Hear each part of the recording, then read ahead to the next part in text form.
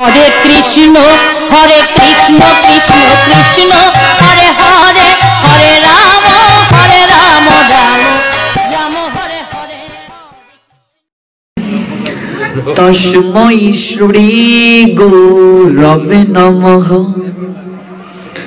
नमो विष्णुपदाय राधा पृष्ठाय भूतले श्रीमते भक्ति प्रपन्न ज्योति स्वामिनीति नामिने। नमो आचार्य पादाय दण्डभूषण मुकुटमाने गुरु करुणामृताय क्षमा धैर्य शिरोमणे। नमो ओम श्रीमते भक्ति कुसुम श्रवणाय वै विष्णुपादाय देवाय कृपा वेदाय नमो नमः। श्री गौरी करुणामृतिं कृपा पूर्ण कलेवरं श्री भक्ति कुसुमं वन्दे राधा कुंज निवासिनम्। नमो विष्णुपदाय कृष्ण पृष्ठाय भूतले श्रीमते भक्ति सिद्धांत सरस्वती नामिने। वंदे श्री कृष्ण चैतन्य नित्यानंद सहोदित गौरदाये पुष्पवंत चितिरौषध तमनद अजानुलंबित बोजो कनकावदात संकीर्तनैक पीतारो कमलायताक्षो विश्वाम्बरो द्विजबरो जुगधर्म पालो वंदे प्रिय करुणावतारो कृष्णाय वसुदेवाय हराय परमात्मने प्रणत क्लेशनाशाय श्री गोविंदाय नमो नमः। तप्त कंचन गौरांगी राधे वृंदावनेश्वरी वृषभानुसुते देवी प्रणमामि हरिप्रिये। महाप्रसाद जननी सर्व सौभाग्यवर्धिनी आदि वैदि हरा नित्यं तुलसी तंग नमस्ते। कृष्णात कीर्तन गान नर्तन परो प्रेमामृत यम्बुनिधि धीर धीर जनप्रिय प्रिय करो निर्मत सरो पूजित। वंदे रूप सनातन रघु जोग श्री जीव गोपालक श्री रूप सनातन रघुनाथ भट्ट गोपाल भट्ट रघुनाथ दास श्री जीव गोस्वामी पद की जय। यही क्षय गोसाई करी चरण बंद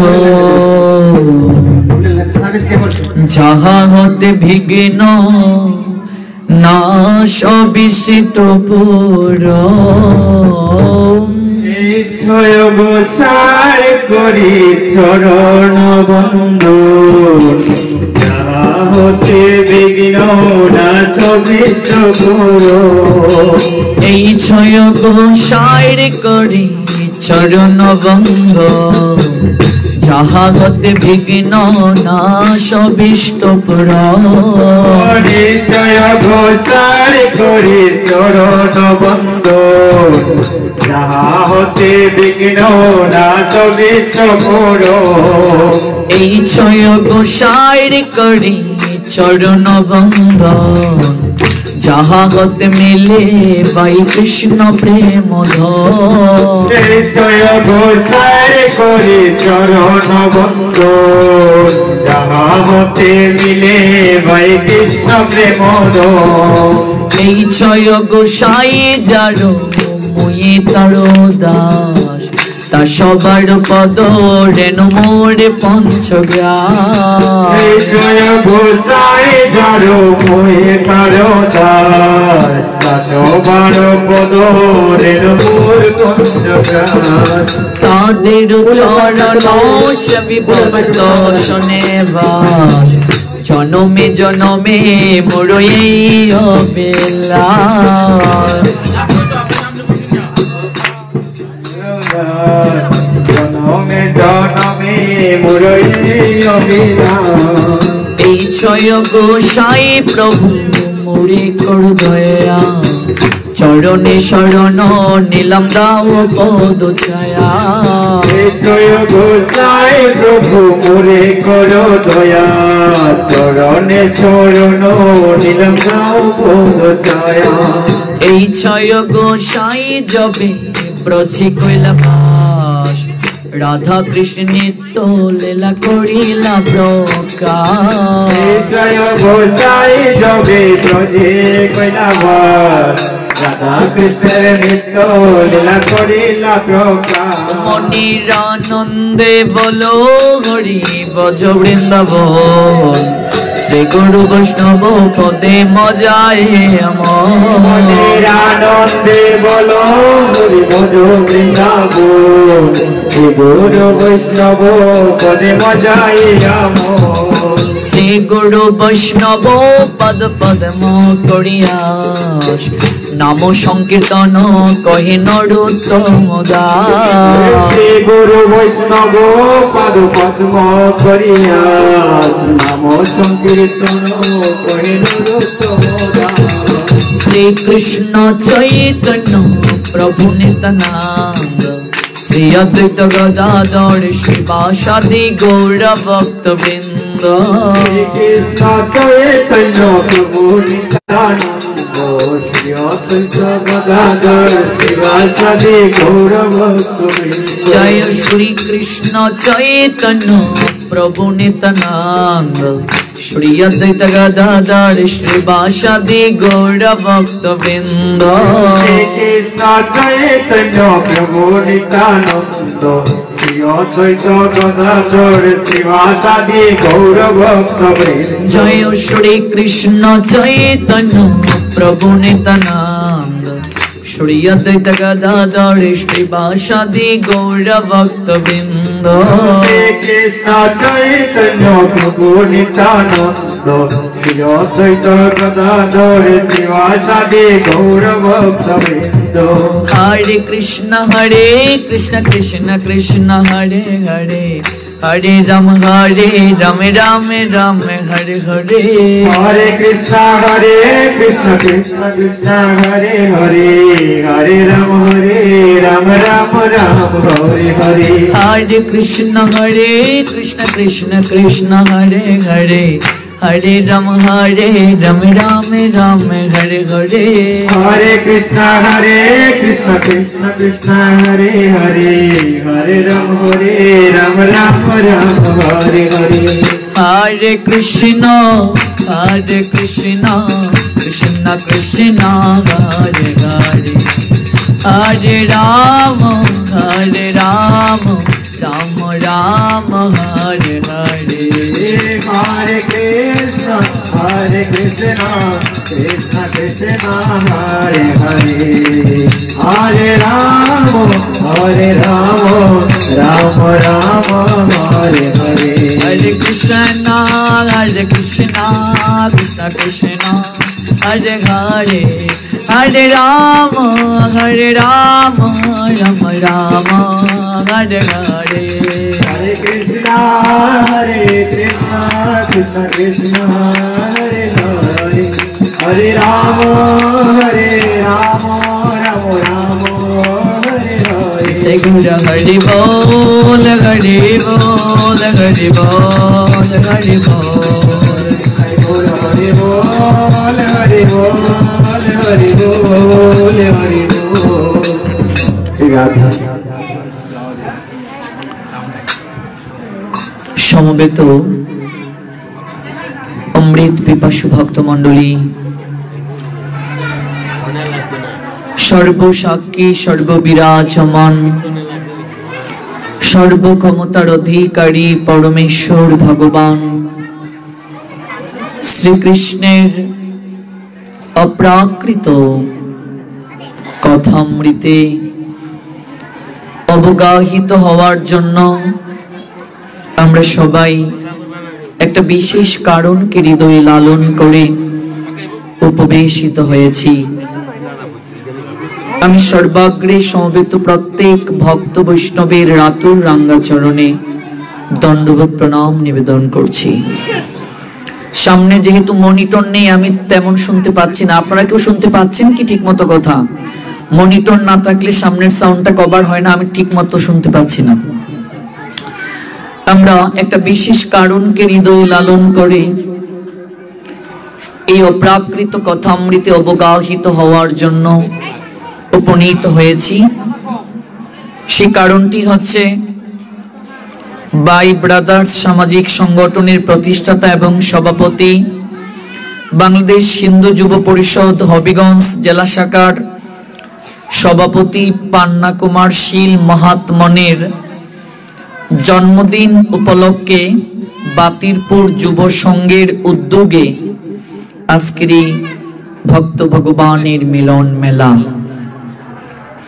অতীব আনন্দ সন্দেশ। এটি আমাদের এই সনাতন সমাজে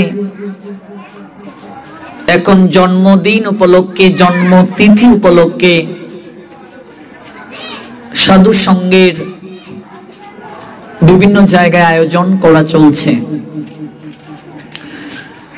বিশেষ করে এখন এই বিষয়গুলো বিভিন্ন জায়গায় প্রচারিত হচ্ছে, অনেক লোকেরা এগিয়ে আসছে যে জন্মদিনটা কি, শাস্ত্রে এই বিষয়ে কি বলছেন, নিজেরা অবগত হওয়ার কারণে তারা সেটা পালন করছেন।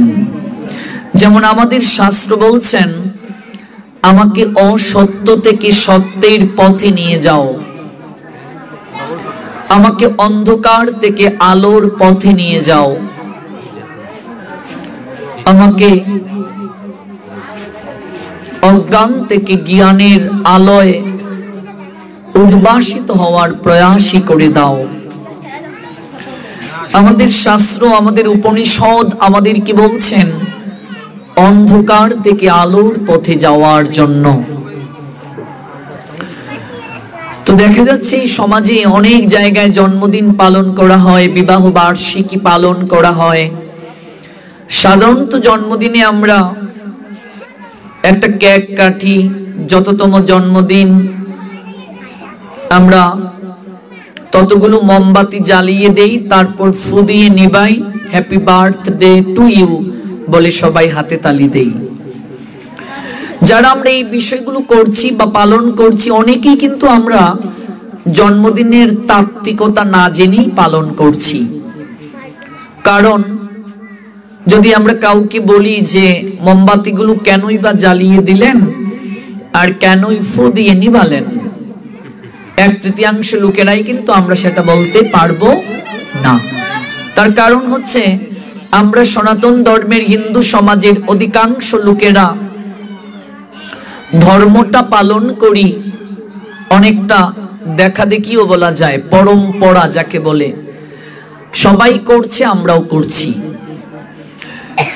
কিন্তু চৈতন্য মহাপ্রভু আজ থেকে 500 বছর আগে এক ভবিষ্যৎবাণী জগতের বুকে তিনি করে গিয়েছিলেন। পৃথিবীতে আছে যত নগরাদি গ্রাম, সর্বত্র প্রচারিত হইবে মোর নাম। গৌরহরি আজ থেকে 500 বছর আগে এক অপ্রাকৃত ভবিষ্যৎবাণী করে গিয়েছিলেন। সেই ভবিষ্যৎবাণী আজ সফল হতে যাচ্ছে। বিশ্বের প্রায় সব কোটি দেশেই এখন চৈতন্য মহাপ্রভুর হরিনামের, কৃষ্ণ নামের প্লাবন বইছে। মানুষ এখন ধর্মটাকে জানার চেষ্টা করছে, ধর্মটাকে বোঝার চেষ্টা করছে, এই সনাতন দর্শন যে কতটা বিজ্ঞানসম্মত এবং এই সনাতন দর্শন যে শ্রেষ্ঠ দর্শন সেটা মানুষ এখন রিসার্চ করতে পারছে, অবগত হয়ে নিজের জীবনে সেটা আচরণেও আনার চেষ্টা করছে।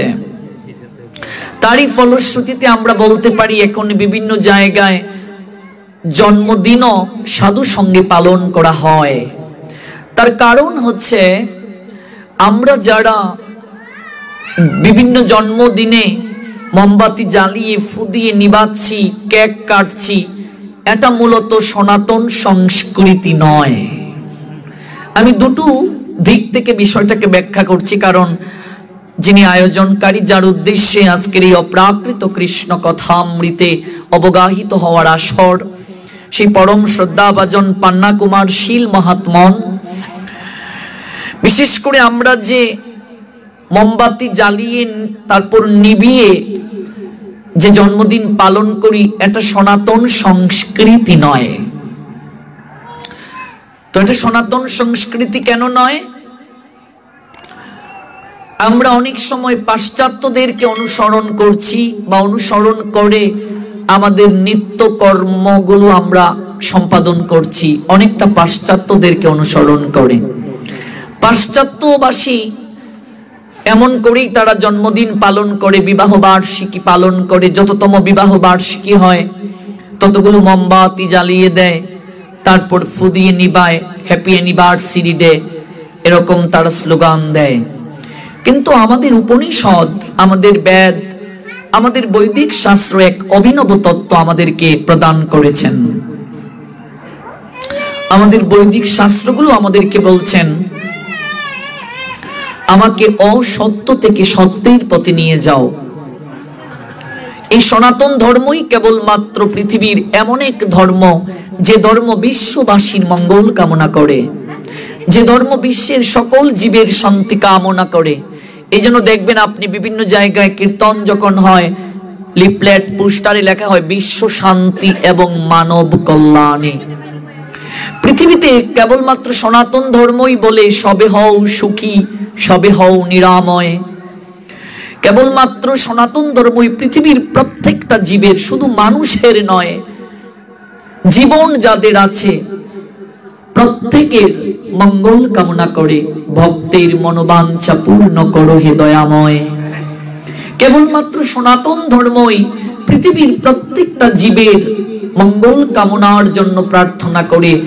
কেবলমাত্র নিজের গোষ্ঠীর জন্য, নিজের সম্প্রদায়ের জন্য প্রার্থনা করে না, বিশ্বের সকল জীবের জন্য প্রার্থনা করে, বিশ্বের সকল জীবের মঙ্গলের জন্য প্রার্থনা করে, বিশ্বের সকল জীবের শান্তি আনয়নের জন্য তারা স্রষ্টার কাছে প্রার্থনা করে। এই বৈদিক শাস্ত্র আমাদেরকে এক অভিনব তত্ত্ব দিলেন। সেই তত্ত্বটা হচ্ছে, অন্ধকার থেকে আমাকে আলোর পথে নিয়ে যাও। তাহলে আমরা কি অন্ধকারে আছি? এত আলো জ্বলছে, তাহলে বৈদিক শাস্ত্র আমাদেরকে এ কেমন সংবাদ দিলেন যে তুমি অন্ধকারে আছো, ওই অন্ধকার থেকে তোমাকে আলোর পথে যেতে হবে।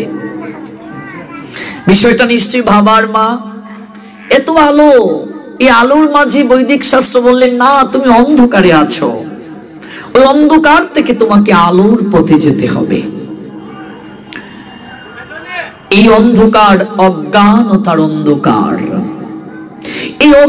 এই অন্ধকার হচ্ছে পরমাত্মা থেকে আমি জীবাত্মা ছিটকে যাওয়ার অন্ধকার, অখণ্ড থেকে খণ্ডের বিস্মৃত হওয়ার অন্ধকার,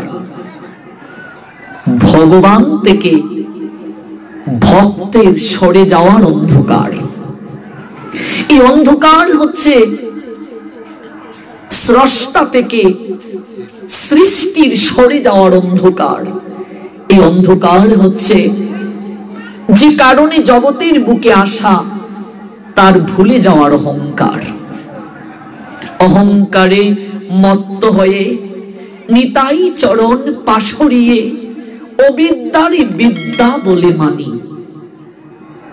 অহংকারে মত্ত হয়ে গৌর চরণ পাশরিয়ে অবিদ্যারই বিদ্যা বলে মানি।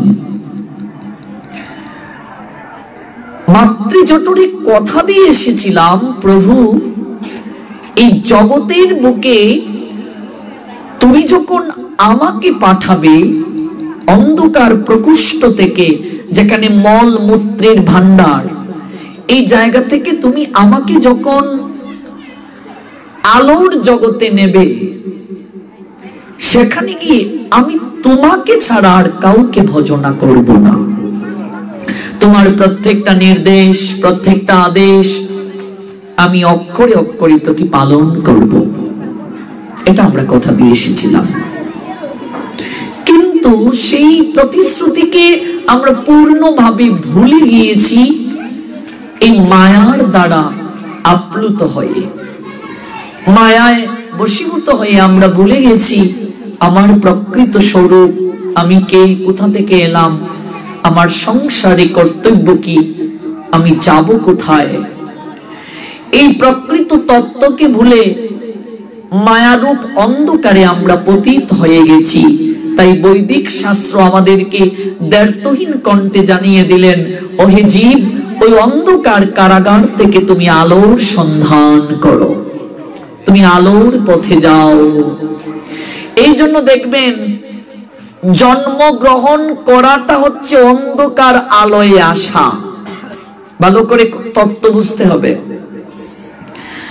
জন্মদিনে কখনো মোমবাতি নিবাতে নেই, প্রদীপ নিবাতে নেই, বরং শাস্ত্র বলছে এই জন্মদিনে প্রথম অন্ধকার থাকবে, তারপর আলো জ্বালিয়ে দিতে হবে। অর্থাৎ এই জগৎটা হচ্ছে অন্ধকারাচ্ছন্ন জগৎ, জম্বুদ্বীপ। আমরা কর্মে বিস্মৃতি হবার কারণে জগতে পতিত হয়ে গেছি। ওই জায়গা থেকে আমাকে আলোর জগতে যেতে হবে। এই জন্য ঘৃত প্রদীপ জ্বালিয়ে দিতে হয় ভগবানের সন্তুষ্টি বিধানের জন্য, ভগবানের প্রীতি সাধনের জন্য প্রার্থনা করতে হয়, হে গোবিন্দ, তুমি আমাকে অন্ধকার থেকে আলোর পথে নিয়ে যাও, আমার জীবন প্রদীপের আলোর মতো যেন আলোকিত হয়। এবং এই বিশেষ দিনে আরো বিশেষ করে ভগবানের কথা শ্রবণ করতে হয়। যদি পারা যায় একটু সাধু ভক্ত বৈষ্ণবকে সেবা করাতে হয়, ভগবানকে ভোগ লাগিয়ে প্রসাদ ভক্তদেরকে যদি দেয়া যায় তাহলে মঙ্গল হয়। আমি অতিশয় আনন্দ পেয়েছি এই যে পান্না কুমার শীল মহাত্মন জন্মদিনকে উপলক্ষ করে এত সুন্দর একটা আয়োজন করেছেন, ভক্ত ভগবানের মিলন মেলা ঘটিয়েছেন। তিনি বুঝিয়ে দিয়েছেন যে ধর্মকে বাদ দিয়ে কোনো কর্ম করা উচিত নয়। শ্রীমদ্ ভগবত গীতা আপনি যখন পড়বেন, আপনি দেখবেন প্রথম শ্লোকটাতেই উল্লেখ করা হয়েছে ধর্মস ক্ষেত্রে কুরুষ ক্ষেত্রে। আচ্ছা, গীতা পড়তে গিয়ে কখনো কি কারো মনে এই প্রশ্নটা জেগেছে বলুন তো, ধর্মক্ষেত্রে ধর্মটা প্রথম কেন? এই প্রশ্নটা কি কারো মনে জেগেছে? কিংবা গীতার শেষ যে শ্লোক, আপনি অষ্টাদশ অধ্যায় মোক্ষ যুগে যখন যাবেন, একেবারে শেষ শ্লোকটায় গিয়ে দেখবেন ধর্ম দিয়ে গীতা শেষ হয়েছে, ধর্ম দিয়ে শুরু, ধর্ম দিয়ে শেষ। কখনো কি হৃদয় মাঝে প্রশ্ন জেগেছে, বাবা ধর্ম দিয়ে গীতা শুরু হলো, ধর্ম দিয়ে গীতা শেষ হলো? এক অভিনব দর্শন গীতা দিয়েছে। এই জন্য গীতা মনুষ্য জীবনের এক আধ্যাত্মিক স্তরে নিয়ে যাওয়ার দর্শন। কেউ যদি এই গীতা নিয়ে চর্চা করে, তার মনুষ্য জীবন এতটা সুষমামণ্ডিত হবে সে কখনো কল্পনাও করতে পারবে না। ধর্ম দ্বারা গীতা শুরু হলো, ভগবান বুঝিয়ে দিলেন মনুষ্য জীব তোমার প্রত্যেকটা কর্ম ধর্মকে সামনে রেখে সম্পাদন করো, নতুবা তুমি কখনো সফল হবে না। তুমি যদি ধর্মকে আশ্রয় করে কর্তব্য সম্পাদন করো, ধর্মই তোমাকে রক্ষা করবে, ধর্মই তোমাকে সফলতার স্তরে নিয়ে যাবে। গীতা আমাদেরকে অভিনব শিক্ষা দিলেন।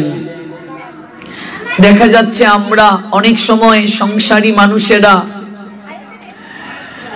সংসারে যদি কোনো ভগবানের উৎসব উদযাপন করি, দেখা যাচ্ছে আমাদের পিছনে একটা অভিলাষ এরকম থাকে। অভিলাষটা কিরকম? যে আমার ছেলেটা যদি গোল্ডেন A+ পায় তাহলে আমি একটু ভগবানকে রন্ধন করে ভোগ নিবেদন করব। এরকম অভিলাষ থাকে অনেকের মাঝে। কিংবা এরকম থাকে যে আমার ব্যবসাটাই যদি উন্নতি হয় তাহলে আমি একটা গীতা পাঠ দেব। এবার ব্যবসায় যদি উন্নতি না হয় তাহলে আর গীতা পাঠ দেয়া হলো না। ছেলে যদি গোল্ডেন A+ না পেল, ভগবানকে ভোগ দেয়া হলো না। কিন্তু গীতায় ভগবান বলছেন তুমি যে কর্তব্য সম্পাদন করতে যাবে তার পূর্বে তুমি ভগবানকে স্মরণ করো। এই ভগবানই তোমার কর্তব্য কর্মকে সুষ্ঠুভাবে সম্পাদন করিয়ে দেবেন। আমি অতিশয় আনন্দ পেয়েছি পান্না কুমারশীল মহাত্মন একটা বিশেষ দিনে আপনাদের মতো ভক্ত বৈষ্ণবকে আমন্ত্রণ করেছেন, আপনারা চরণধুলি দিয়েছেন, আপনারা আশীর্বাদ করবেন তিনি যেন সুস্থ থাকতে পারেন। তিনি কয়েকটি সংগঠনের সঙ্গে যুক্ত দেখলাম, মানবতার কাজে নিয়োজিত। তিনি যেন মানবতার কাজে নিয়োজিত থেকে এই সনাতন দর্শন মনুষ্য জীবের মাঝে স্রষ্টার অস্তিত্বকে অনুসন্ধান করে। সনাতন দর্শন যেভাবে মানবতার পরাকাষ্ঠা রূপে জগৎ জীবকে নিদর্শন দেখিয়েছে, সত্যি সেটা অতুলনীয়। মানবতার সেবায় নিজেকে নিয়োজিত রাখার যে ব্রত তিনি নিয়েছেন পান্না কুমারশীল মহাত্মন, মানুষের সেবায় নিজেকে নিয়োজিত রাখার যে প্রয়াস, মানবতার সেবায় নিজেকে ব্রতী হয়ে কর্তব্য সম্পাদন করা, এই মানব সেবায় তার দৃঢ়তা, তার হৃদয়িক যে অভিলাষ, এটা দৃঢ় থেকে দৃঢ় হোক। পার্থ সারথী ভগবান শ্রীকৃষ্ণের কাছে আমরা প্রার্থনা করি। জয় জয় নিতাই গৌর সীতানাথ প্রেমানন্দে, হরি হরি বল, জয় জয় শ্রী রাধে শ্যাম। আমরা শ্রবণ করছিলাম যে ধর্মকে আশ্রয় করে কর্ম সম্পাদন করা, তাহলে ধর্মই সেই কর্তব্য কর্মকে পূর্ণতার স্তরে নিয়ে যায়। ধর্মকে আশ্রয় করা মানে ভগবান কৃষ্ণকে আশ্রয় করা। আমরা মহাভারতে দেখতে পাই ভগবান কৃষ্ণ একটি লীলা করে জগৎ জীবকে দেখিয়ে দিলেন। লীলাটা কি? ধর্মকে যারা আশ্রয় গ্রহণ করে এবং সেই আশ্রয় যদি সৎ হয়, ভগবান কি করে পুরস্কার প্রদান করেন? বলরাম ভগবান কৃষ্ণের নিকটে গিয়ে বলছেন, কৃষ্ণ আমি চাইবো যে তুমি কুরুক্ষেত্রের যুদ্ধে কোন ধরনের পক্ষপাতিত্ব করবে না। আমি চাইবো যে তুমি কুরুক্ষেত্রের যুদ্ধে কোন ধরনের পক্ষপাতিত্ব করবে না, কারণ দুর্যোধন আমার গধা শিক্ষার শিষ্য, অর্জুনকেও আমি ফেলতে পারবো না, আমার নিকট উভয়েই সমান। বলরাম গদা যুদ্ধের শিক্ষা দিয়েছেন উভয়কে। বলরাম চাইতেন যে দুর্যোধনের সঙ্গে সুভদ্রার বিবাহ হোক, কিন্তু ভগবান কৃষ্ণ সেটা হতে দেননি।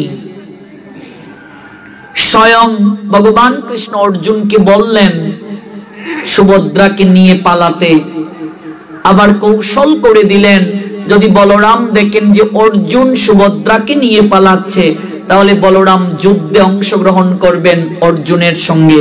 তাই সুভদ্রাকে বললেন রথ চালাতে, যেন বলরাম উপলব্ধি করেন সুভদ্রা অর্জুনকে নিয়ে পালাচ্ছেন। এই যে নারীর ক্ষমতায়ন, এখানে এই জায়গায় শিক্ষাটা প্রকাশিত হয়েছে। বলরাম গিয়ে বললেন বাসুদেব, তুমি কুরুক্ষেত্রের যুদ্ধে কোনো ধরনের পক্ষপাতিত্ব করবে না। তোমার নিকট দুর্যোধন যেমন অর্জুন তেমন। জ্যেষ্ঠ, আপনি যে আদেশ করেছেন তাই হবে। আমি দুর্যোধন এবং অর্জুন উভয়কেই ডাকবো। আমার নিকটে যে প্রথম যাবে এবং আমি ঘুম থেকে উঠে চোখ খুলে প্রথম যাকে দর্শন করব আমি প্রথমেই তাকে আমার নিকট কিছু চাইতে বলবো। ভালো করে এই লীলাটা আস্বাদন করলে আমরা দেখতে পারবো যে ধর্মকে আশ্রয় যদি কেউ করে, ধর্মের সঙ্গে সম্পর্ক স্থাপন করে যদি কেউ কর্তব্য কর্ম সম্পাদন করে, ধর্মই তাকে রক্ষা করে। আর ধর্ম যে পক্ষে থাকেন ভগবান কৃষ্ণও সেই পক্ষে থাকেন, আর জয় তারই হয়। জয় অবশ্যম্বী, সৎ উদ্দেশ্য যদি থাকে। ভগবান কৃষ্ণ তিনি পালঙ্কের মাঝে নিদ্রার অভিনয় করলেন মা। ভগবানের আবার ঘুম কিসের গো? কিন্তু ভক্তের কাছে তিনি আহার গ্রহণ করেন, তিনিও ঘুমান, তারও বিশ্রামের প্রয়োজন আছে। ভক্তের কাছে তার সবকিছুর প্রয়োজন আছে। ভক্তের কাছে তার ঠান্ডা অনুভূত হয়। আপনারা পিসিমার নিতাই গৌর লীলা শুনেছেন? পিসিমার নিতাই গৌর অপূর্ব লীলা, কি চমৎকার! জমিদারের ঘরণী ছিলেন তিনি। তীর্থ পরিক্রমা করতে গিয়ে নিতাই গৌরের বিগ্রহ দর্শন করে প্রেমে পড়ে গেলেন। সে অপূর্ব লীলা আস্বাদন করেছেন কি পিসিমার নিতাই গৌর? এখনো বিগ্রহ আছে সেটা। তীর্থ পরিক্রমায় গেলেন তিনি, গিয়ে নিতাই গৌরকে দেখে, অপূর্ব বিগ্রহ দেখে প্রাণ উচ্চাটন হয়ে গেল। আহারে নিতাই গৌর, তোমরা যদি আমার গৃহে যেতে, এত সুন্দর বিগ্রহ। কিন্তু তখনও পিসিমা, পরবর্তীতে বৃন্দাবনের সবাই তাকে পিসিমা বলে ডাকতো, কিন্তু তখন তো তিনি পিসিমা হন নাই। নিতাই গৌর তাকে পিসিমা বলে ডেকেছিলেন, যার কারণে বৃন্দাবনের সবাই পরবর্তীতে সেই জমিদারের ঘরণীকে পিসিমা বলে ডাকলেন। তখনও তার দীক্ষাই হয়নি জমিদারের ঘরণীর।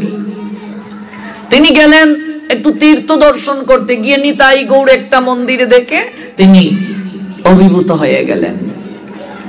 এতটা অভিভূত হয়ে গেলেন, ক্রন্দন করতে শুরু করলেন, আহারে এত সুন্দর বিগ্রহ, সেই নিতাই গৌর যদি আমার গৃহে যেত। ভক্ত বাঞ্ছা কল্পতরু ভগবানের একটা নাম।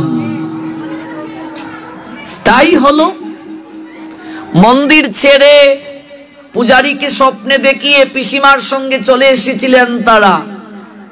আমরা একটা প্রসঙ্গে কেবল স্পর্শ করছি, আরেকদিন আসলে সেই লীলা শ্রবণ করাবো।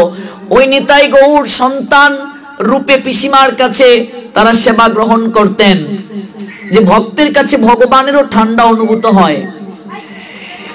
একদিন সেবককে পিসিমা বলে গেলেন যে শোনো, এখন তো প্রচুর ঠান্ডা চলছে, আমার নিতাই গৌরের যেন ঠান্ডা না লাগে, তাকে গরম জলে স্নান করাইও।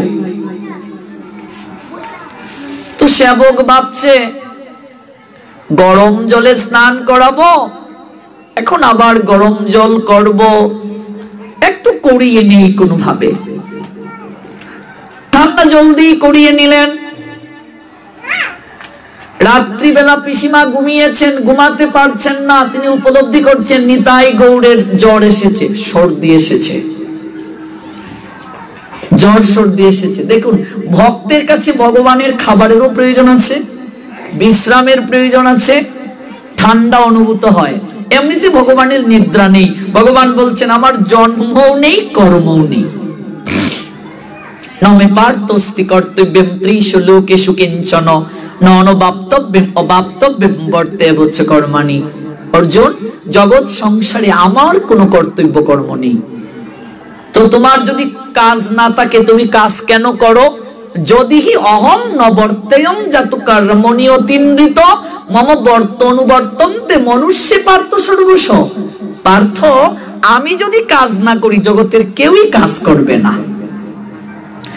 আমি বর্ণ সংকরের জন্য দায়ী থাকব, কারণ যত যত আচরতি শ্রেষ্ঠ তত্ত্বতে বৈতর জনঃ সযত প্রমাণম কুরুতে লোক তৎ অনুবর্ততে। ভগবান তৃতীয় অধ্যায় কর্মযুগের 21 নং শ্লোকে বললেন, আপনি আচরে প্রভু জীবেরে শেখায়, আপনি না আচরিলে জীবকে শেখানো না যায়। ভগবান বললেন আমার কর্ম নেই, কর্ম করি, এই কর্মটা হচ্ছে লীলা। ওই লীলার মাঝে যে আনন্দ, ওই আনন্দটা আমি অনুভব করি। ওই আনন্দটা কেবল আছে ভক্তের কাছে, আর কোথাও নেই। এই জন্যই তো আমি স্বয়ং ভগবান। ভগবান বলছেন আমি স্বয়ং ভগবান, উপর থেকে ওই আনন্দ লাভের জন্য আমি মনুষ্য দেহ ধারণ করে নিচে নেমে আসি, কেবল আনন্দ প্রাপ্তির জন্য। তবে মনে রাখবে, আমি আনন্দ লাভের জন্য যখন আসি, আমি যখন জন্মগ্রহণ করি, আমার জন্মটা তোমরা সাধারণ মানুষের মতো ভেবে নিও না। মনে রাখবেন, ভগবানের জন্ম দিব্য, জন্ম কর্ম চমে দিব্যম এবং ব্যক্তি তত্ত্বত ত্যক্তা দেহম পুনর্জন্ম নয়েতি মামিতি সর্জুন। চতুর্থ অধ্যায় জ্ঞান যুগের 9 নং শ্লোকে ভগবান বলছেন আমার জন্ম এবং আমার কর্ম দিব্য। সাধারণ মানুষ জন্মগ্রহণ করে ভগবানের ইচ্ছাতে, পিতামাতার মিলনে, কিন্তু ভগবান আবির্ভূত হন স্বইচ্ছায়, যুগমায়াকে আশ্রয় গ্রহণ করে। এই জন্য স্বামী রামশুকদাস আচার্য তার সাধক সঞ্জীবনী গীতার টিকায় উল্লেখ করেছেন, মানুষের জন্ম আর ভগবান কৃষ্ণের জন্মের মাঝে 3টা পার্থক্য রয়েছে। কয়টা পার্থক্য? 3টা। এই 3টা পার্থক্য জানলে আমরা পরিষ্কার হব বিষয়টা। প্রথম পার্থক্য, জানার পার্থক্য।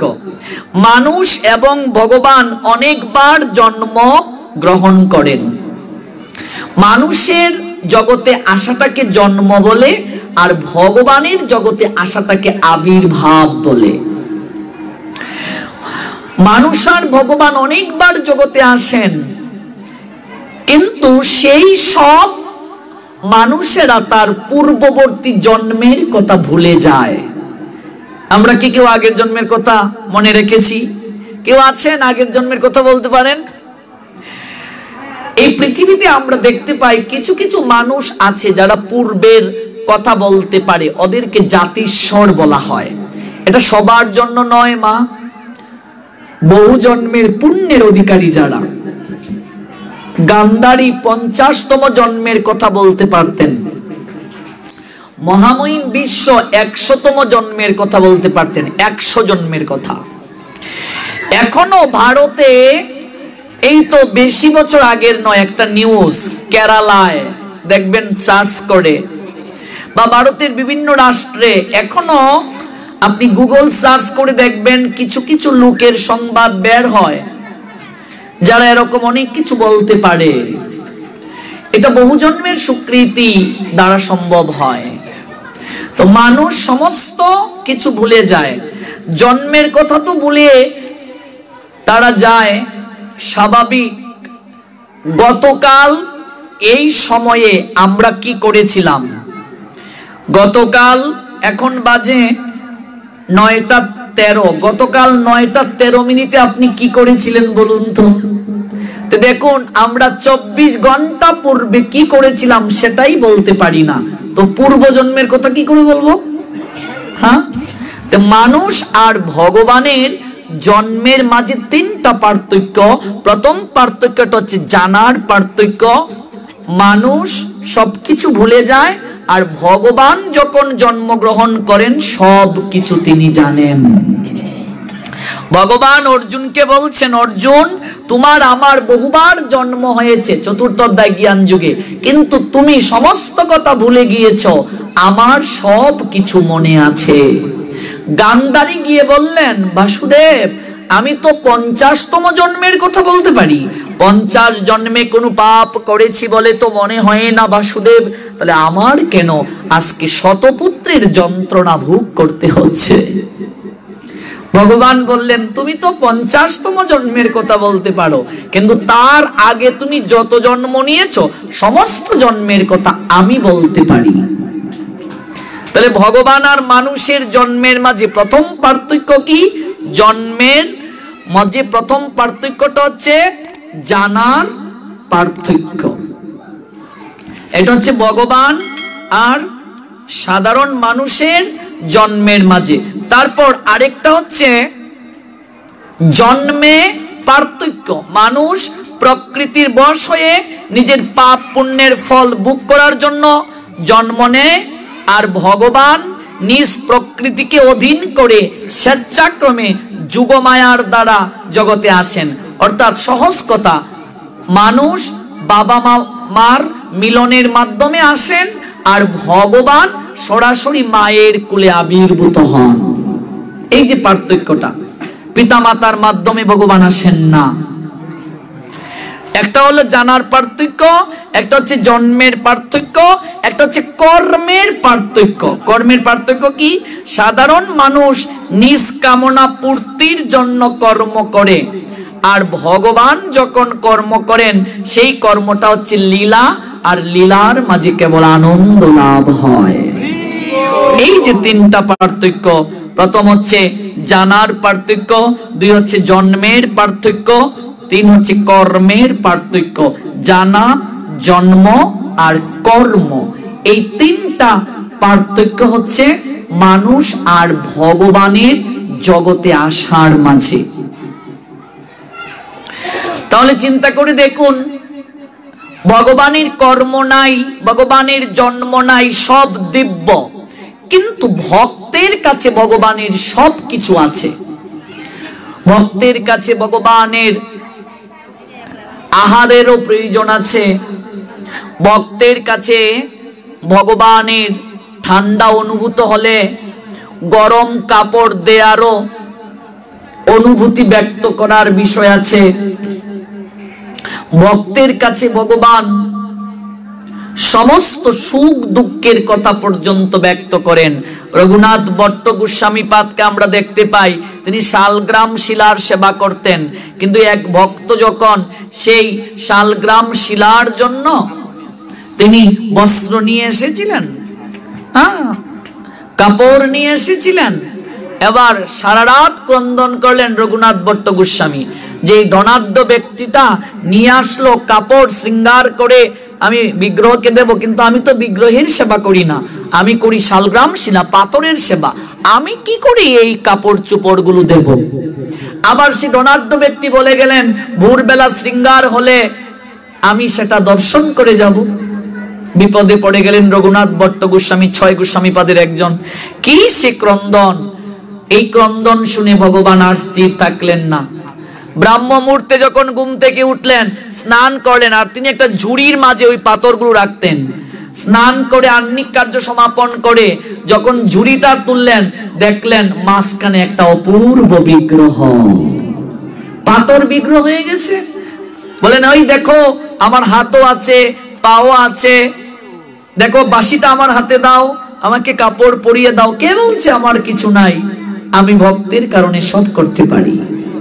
এই যে দেখুন কি সুন্দর সুন্দর দৃষ্টান্ত আছে শাস্ত্রে আমাদের। ভক্তের কাছে ভগবানের সবকিছুর প্রয়োজন আছে।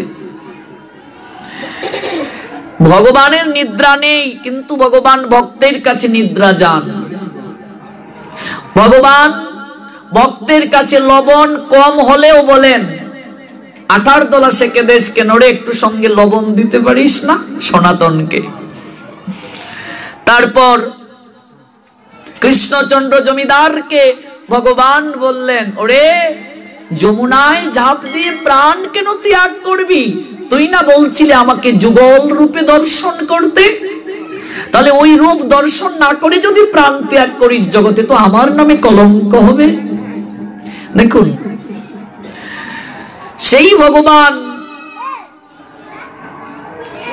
আমরা দেখতে পাই সরগোস্বামী পাদের লীলা চরিত্রে। সনাতন গোস্বামী পাদের জন্য সেই ভগবান জাহাজকে আটকিয়ে দিলেন সৌদাগরের। কারণ কি? সনাতনের মনে একটু দুঃখ যে আমি প্রতিদিন আটার দোলা সেকে দেই, মদন মোহন নিজ থেকে বলছে যে সঙ্গে লবণ দেওয়ার জন্য আমার সামর্থ্য নাই, যদি একটা সুন্দর মন্দির হতো আমার ভগবানের জন্য। একটা জাহাজ আটকে দিলেন। সৌদাগর এসে সনাতন গোস্বামী পাদের চরণে পড়লেন, কারণ বৃন্দাবনে তখন সনাতন গোস্বামী পাদকে সবাই বড় বাবা বলে ডাকতেন, যে আপনি যদি একটু কৃপা করতেন, আমার তো জাহাজটা আটকে গেছে, আপনি যদি একটু কৃপা করতেন জাহাজটা যদি চর থেকে নেমে যায়। সনাতন বলেন, আমি কি বলবো, ভগবানকে বলো। প্রণাম দিয়ে বললেন, অপূর্ব লীলা। রাত্রিবেলায় সেই জাহাজ চর থেকে নেমে গেল। সওদাগর বললেন, এই তারিখে যত টাকা আসবে সেই টাকা দিয়ে ভগবানের মন্দির করব। বিশাল করে মন্দির করলেন বৃন্দাবনে। এখনো তো সেই মন্দির আছে, যারা গিয়েছেন দেখে আসছে জনবাসী, বিশাল মন্দির, বাপরে বাপ। সওদাগর করে দিলেন। ভগবান ভক্তের জন্য সব করেন। ভক্তের জন্য ভগবান উত্তরীয় পেতে সিংহদ্বারে ভিক্ষাও করলেন হরিদাসের জন্য। ভক্তকে কুলে নিয়ে সমুদ্রের মাঝে স্নান করিয়ে সমুদ্রকে মহাতীর্থ বানিয়ে দিলেন ভগবান। ভক্তের জন্য ভগবান নিজের হাতে পুষ্পমাল্য চন্দনাদি দিয়ে বিভূষিত করে নতুন কাপড় পরিধান করিয়ে নিজের হাতে সমাধি দিলেন হরিদাস ঠাকুরকে। ভক্তের জন্য সব করেন ভগবান। এখানেই শেষ নয়, একেবারে উত্তম পুরস্কারটা ভগবান বললেন, ভক্তের জীবন বেলা ডুবে গেলে নিজের হাতে বৈঠাবাই। এটা উত্তম পুরস্কার। আজকে ভগবান তিনি নিদ্রার অভিনয় করলেন, তার ঘুম নেই। আমরা যে প্রসঙ্গে এত দূর গেলাম, তথাপি তিনি আজ নিদ্রায় আছেন, অভিনয় করছেন। দুটা সিংহাসন রাখলেন মা, একটা মাথার দিকে আরেকটা পায়ের দিকে। জগৎজীবকে দেখিয়ে দিলেন, দেখো ধর্মের সঙ্গে যাদের সম্পর্ক রয়েছে, ধর্মকে পাশে রেখে যারা কর্তব্য কর্ম সম্পাদন করে, আমি তাদের সঙ্গে থাকি। ধর্ম যে পক্ষে থাকে, ভগবানও সেই পক্ষে থাকেন। দুইটা আসন দিলেন, একটা মাথার দিকে একটা পায়ের দিকে।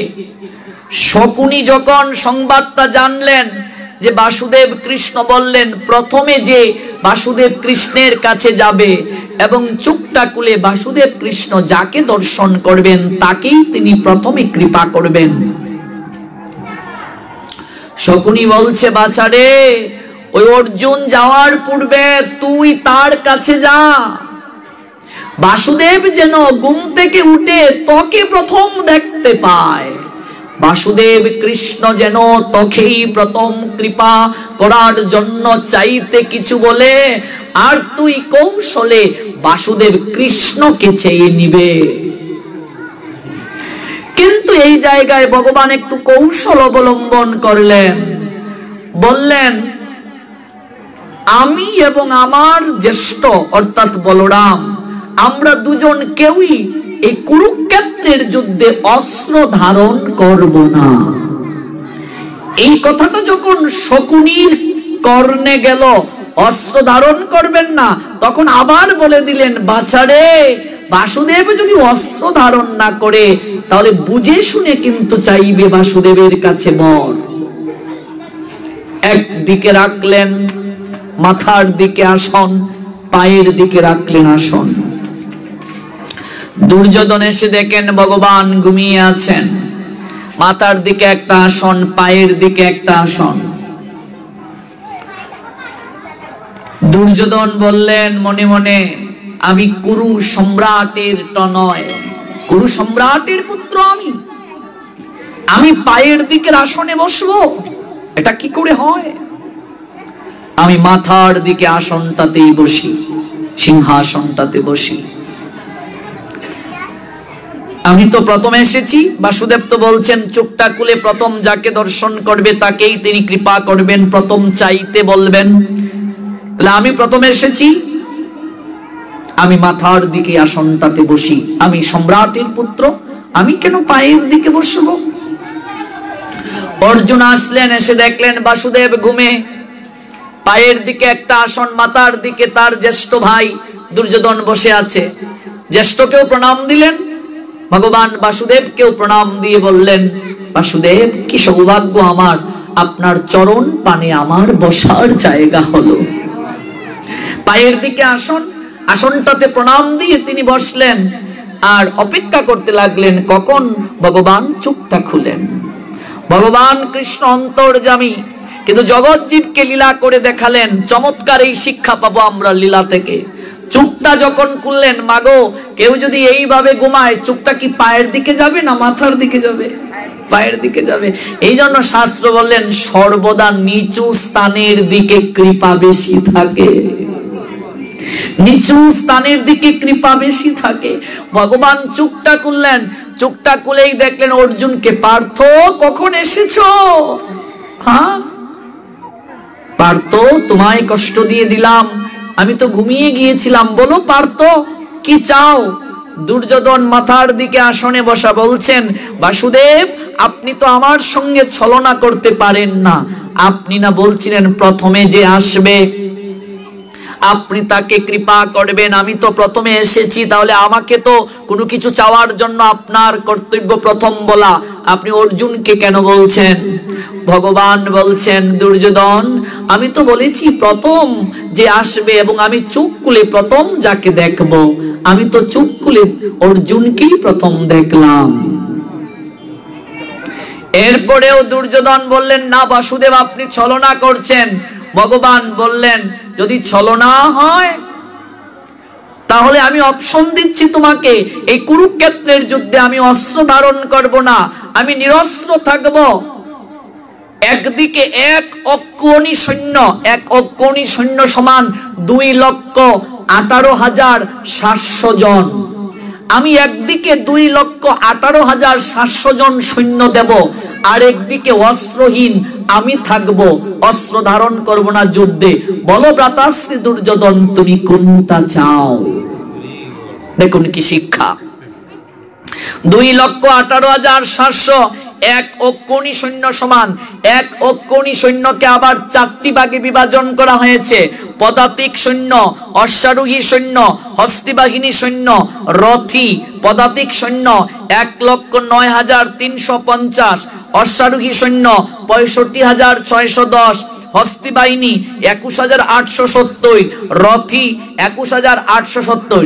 এবার আপনি যোগফল করেন। পদাতিক সৈন্য 1,09,350, তার সঙ্গে যোগ দেন 65,610 সমান 1,74,960, তার সঙ্গে যোগ দেন 21,870 সমান 1,96,830, তার সঙ্গে যোগ দেন 21,870 সমান 2,18,700।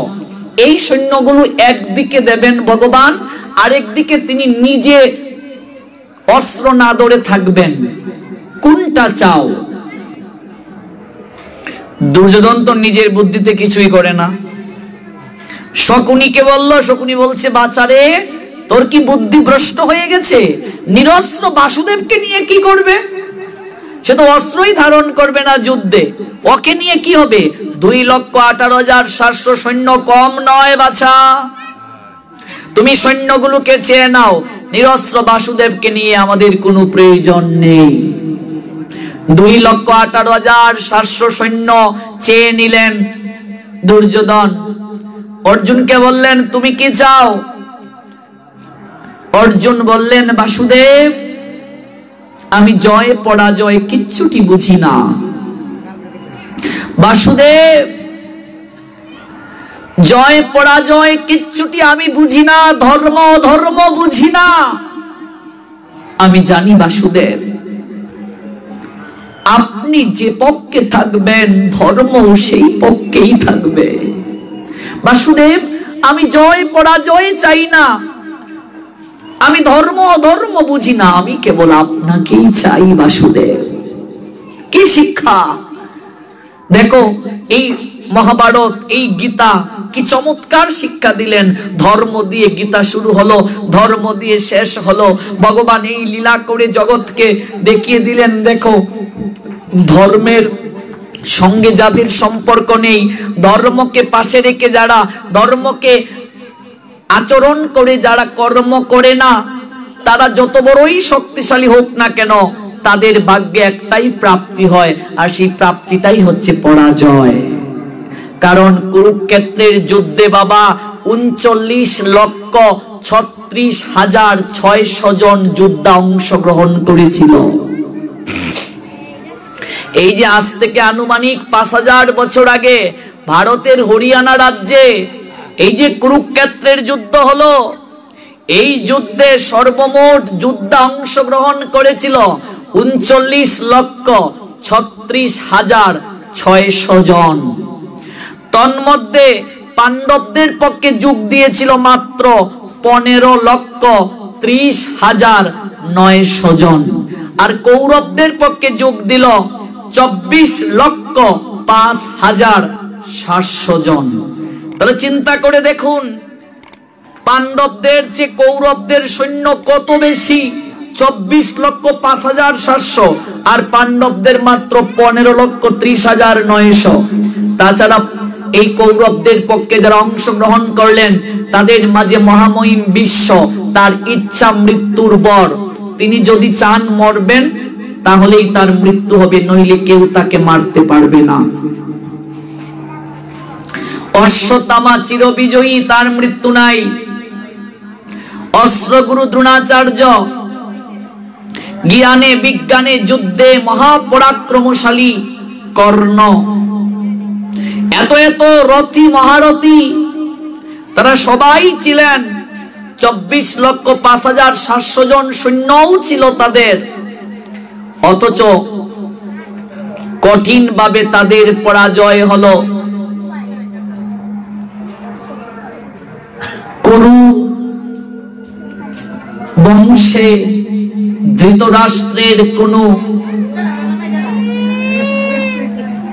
প্রদীপ জ্বালাবার কোন সন্তান থাকলো না। একে একে সবার বিনাশ হলো। সার্কুলেশন কে করছেন? একটু রিভার্বটা মাঝামাঝি দেন, সাউন্ডের ইকোটা একটু কমিয়ে দিন। একে একে সবার বিনাশ হয়ে গেল, একটাই কারণ। কারণটা কি? ভগবান কৃষ্ণ তাদের পক্ষে ছিলেন না। কৃষ্ণ যার সহায় বল, দুশ্মন তাহার পায়ের তল। ভগবান কৃষ্ণ যে পক্ষে আছেন, বুঝতে হবে ধর্ম সেই পক্ষে আছে, আর ধর্ম যে পক্ষে থাকবে কৃষ্ণ সেই পক্ষে থাকবেন। এই জন্য এত ছলনা করার পরও কৃষ্ণকে তো কৌরবদের পক্ষে নেওয়া সম্ভব হলো না। শকুনি বুদ্ধি কাটলো যে নবলক্ষ দেনু যার পিতার, তারপরও সেই বাসুদেব কৃষ্ণ ছোটবেলায় অন্যের বাড়িতে ননি মাখন চুরি করে খেয়েছে। বাচ্চা দুর্যোধন, তুমি বিশাল করে একটু খাবার দাবারের আয়োজন করো, খাবার দাবারের আয়োজন করে বাসুদেব কৃষ্ণকে নিমন্ত্রণ করো। তাকে ভালো করে যদি খাবার দাবার আয়োজন করে, তাকে খাবার দাবার দেয়া যায়, আমাদের পক্ষে সে থাকতে পারে।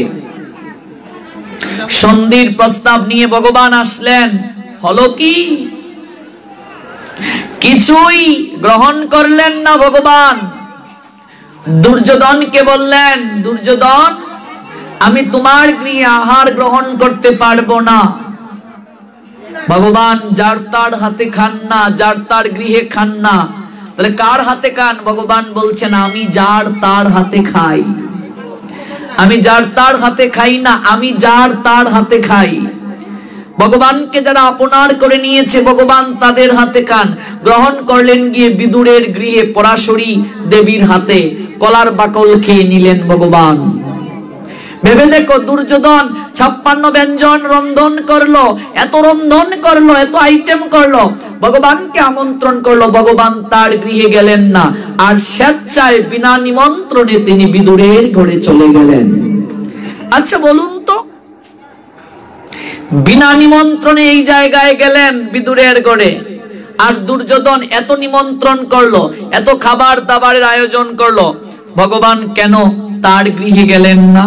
কারণ অহংকারী ব্যক্তির কোনো কিছু ভগবান গ্রহণ করেন না। হৃদয়ে মাঝে যাদের ভক্তি নেই, হৃদয়ে মাঝে যাদের প্রীতি নেই, ভগবান তাদের কোনো কিছু গ্রহণ করেন না। আর মনে রাখবেন, হৃদয়ে যাদের প্রীতি রয়েছে, হৃদয়ে যাদের ভক্তি রয়েছে, তাদের যদি সামর্থ্য না থাকে, ভগবান যেচে তার গৃহে গিয়ে খাবার গ্রহণ করেন। তার প্রকৃষ্ট প্রমাণ এই গৌর লীলাতে, শুক্লাম্বর ব্রহ্মচারীর লীলায় প্রকৃষ্ট প্রমাণ আমরা দেখতে পাই। এই শুক্লাম্বর ব্রহ্মচারী, যিনি নবদ্বীপে দরিদ্র ব্রাহ্মণ কুলে আবির্ভূত হয়েছিলেন, খুবই দরিদ্র মা, তাল পাতার কুঠির শুক্লাম্বর ব্রহ্মচারীর, কিন্তু কৃষ্ণ অনুগত প্রাণ তিনি। দাঁড়ে দাঁড়ে ভিক্ষা করে বেড়ান, যাকে পান, যাকে দর্শন করেন, তাকেই গিয়ে প্রণাম নিবেদন করে করজোড়ে বলেন, একটি বার তোমরা কৃষ্ণ নাম করো। এই যে গৌর হরির শিক্ষা, শুনো শুনো নিত্যানন্দ, শুনো হরিদাস, সর্বত্র আমার আজ্ঞা করো হে প্রকাশ। প্রতি ঘরে ঘরে গিয়ে করো এই ভিক্ষা, বজ কৃষ্ণ কহ কৃষ্ণ লহ কৃষ্ণ শিক্ষা। প্রত্যেকটা ঘরে ঘরে গিয়ে এই ভিক্ষা করো, সবাই যেন কৃষ্ণ ভজন করে। গৌর হরি দেখিয়ে দিলেন, গৌর যে শিখাইল নাম, সেই নাম গাও, অন্য সব নাম মাহাত্ম সে নামেই পাও। গৌর হরি যে শিক্ষা দিলেন, সেই শিক্ষাটা জগতের বুকে প্রচার করার জন্য পার্ষদদেরকে দায়িত্ব দিয়েছিলেন। শুক্লাম্বর ব্রহ্মচারী ও মহাপ্রভুর একজন পার্ষদ। সেই শুক্লাম্বর ব্রহ্মচারী, যাকেই তিনি দেখেন তাকেই তিনি করজোড়ে বলেন, একটি বার কৃষ্ণ নাম গ্রহণ করো। এই দুর্লভ মনুষ্য জীবন লাভ করে কৃষ্ণকে যে ভজন করলো না, এই দুর্লভ মনুষ্য জীবন লাভ করে কৃষ্ণ প্রেম যারা লাভ করতে পারল না, তাদের মত হতভাগা অভাগা জগতে আর কেউ নেই। শুক্লাম্বর ব্রহ্মচারী নগরে নগরে ভিক্ষা করে যাহা পান, তা অগ্রে ভগবানকে নিবেদন করে, তারপর তিনি প্রসাদ গ্রহণ করেন। নবদ্বীপের অনেক লোকেরা একে অপরের সঙ্গে বলা বলি করে, আচ্ছা শুক্লাম্বর এত ভক্ত, যাকেই পায় তাকেই সে হাতে ধরে পায়ে ধরে কৃষ্ণ নাম করার কথা বলে। শুক্লাম্বর এত গরিব কেন?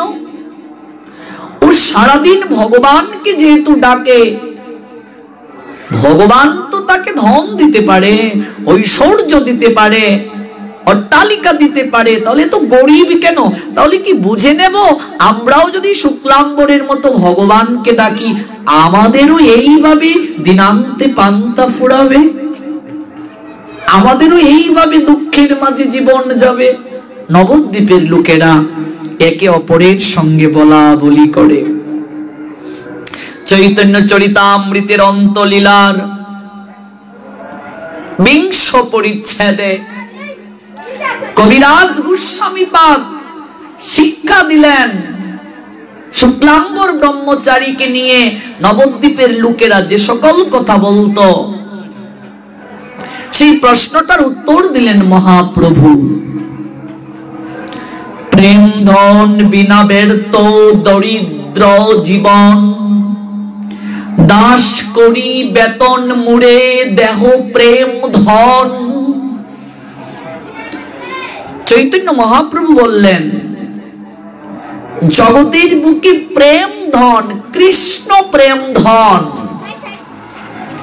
এই যে কৃষ্ণ প্রেম ধন, এটা বিনা ব্যর্থ দরিদ্র জীবন, মনুষ্য জীবন ব্যর্থ যদি কৃষ্ণ প্রেম ধন কেউ লাভ করতে না পারে।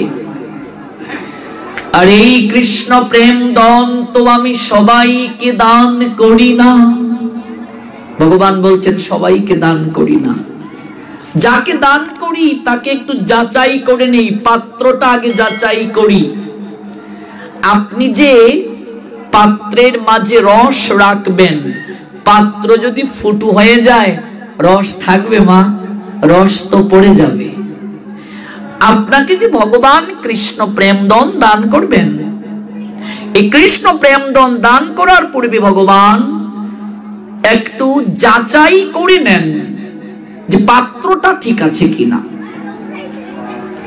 নবদ্বীপের লোকেরা একে অপরে বলা বলি করে শুক্লাম্বর ব্রহ্মচারী এত কৃষ্ণ ভক্ত, যাকে পায় তাকেই বলে কৃষ্ণ নাম করো।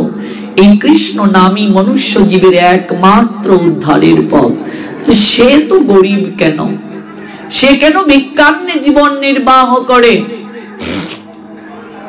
দেখুন, গৌর আদর্শে যারা জীবন পরিচালনা করে, এই যে আপনারা বিভিন্ন জায়গায় কীর্তন করেন 24 প্রহর 32 প্রহর, আচ্ছা বলুন তো, এই সমাজের বুকে এমন অনেক লোক আছে একাই কীর্তন দেওয়ার ক্ষমতা রাখে মহাপ্রভুর কৃপায়, তাহলেও তারা কেন মানুষের কাছে ভিক্ষার জন্য যায়? প্রশ্ন আসতে পারে না? মানুষের কাছে নিমন্ত্রণ পত্র নিয়ে গিয়ে ভিক্ষার জন্য কেন যায়? এমন অনেক লোক আছে একাই কীর্তন দিয়ে দিতে পারবে, একাই বৈষ্ণব সেবা দিয়ে দিতে পারবে, তথাপি মানুষের কাছে গিয়ে উৎসবের জন্য ভিক্ষা চায় কেন? আর গৌর হরি নিজেই কেন ভিক্ষা করলেন? তার কারণ হচ্ছে মা, বৈষ্ণবতা এমন একটা জিনিস, দীনতা। হৃদয়ে মাঝে যদি দীনতা না আসে, বৈষ্ণবতার স্তরে যাওয়া যায় না।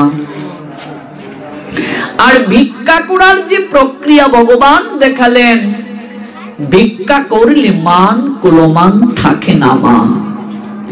ভিক্ষায় বের হলে অহংকার থাকে না। এই জন্য মহাপ্রভু নিজে ভিক্ষা করলেন। ভিক্ষা অন্ন ব্যতীত মহাপ্রভুর সেবাই পূর্ণ হয় না। আপনি যে মহোৎসব করবেন, এই মহোৎসবে ভিক্ষান্ন দিতে হয়, ভগবানের বুক রাগে। এই জন্য দেখবেন কেউ চাল দিয়ে দেয়, কেউ ডাল দিয়ে দেয়, কেউ মরিচ দিয়ে দিচ্ছে, কেউ লবণ দিয়ে দিচ্ছে, কেউ সবজি দিয়ে দিচ্ছে। মহাপ্রভুর উৎসব মহোৎসব এগুলো কি ঠেকে থাকে? আপনা থেকেই মানুষ অনেক কিছু দিয়ে দেয়, কারণ মহাপ্রভু এটা কোনো পছন্দ করেন, সবার নিকট থেকে আসুক। শুক্লাম্বর ব্রহ্মচারী ভিক্ষান্নে জীবন নির্বাহ করেন, তার পশ্চাতে একটাই কারণ, হৃদয়ে অহংকার দূর হোক। ভিক্ষুক যারা, তাদের অহংকার, তাদের কুল, তাদের মর্যাদা, তাদের মান এগুলো থাকে না। অভিমানে মত্ত হলে গৌর কৃপা পাওয়া যায় না। কুলের অভিমান, রূপের অভিমান, গুণের অভিমান, পাণ্ডিত্যের অভিমান, এগুলো যদি থাকে গৌর কৃপা পাওয়া যায় না, নিতাই কৃপা পাওয়া যায় না। আমাদের আলোচ্য বিষয়টা ছিল যে ভগবান দুর্যোধনের গৃহে গেলেন না, এত তাকে অনুরোধ করা হলো, এত ভোগ নৈবেদ্য সাজানো হলো, এত ব্যঞ্জনাদি রন্ধন করা হলো, তাকে আমন্ত্রণ করার পরও তিনি গেলেন না। আর তিনি বিদুরের গৃহে গিয়ে স্বইচ্ছায় আহার গ্রহণ করলেন, নিমন্ত্রণ ব্যতীত। ভগবান নিমন্ত্রণ ব্যতীত ভক্তের গৃহে যান। শুক্লাম্বর ব্রহ্মচারীর জীবন লীলায় সেটা আমরা দেখতে পাই। চৈতন্য চরিতামৃতের আদি লীলায় দেখবেন 10ম পরিচ্ছেদে শুক্লাম্বর ব্রহ্মচারী গরিব হতে পারে, কিন্তু তিনি কৃষ্ণ ধনে ধনী।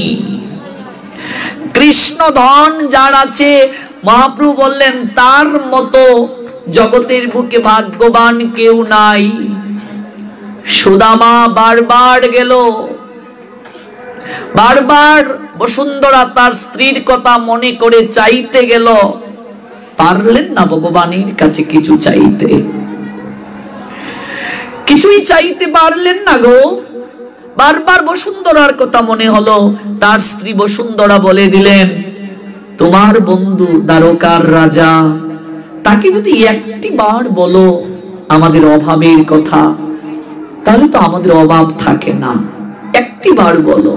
বারবার বসুন্ধরার হৃদয়ের কথাটা তিনি স্মরণ করছেন। 3 মাস রইলেন দ্বারকাতে সেই সুদামা ভগবান কৃষ্ণের কাছে, কিন্তু চাইতে পারলেন না মা, কিচ্ছুটি চাইতে পারলেন না।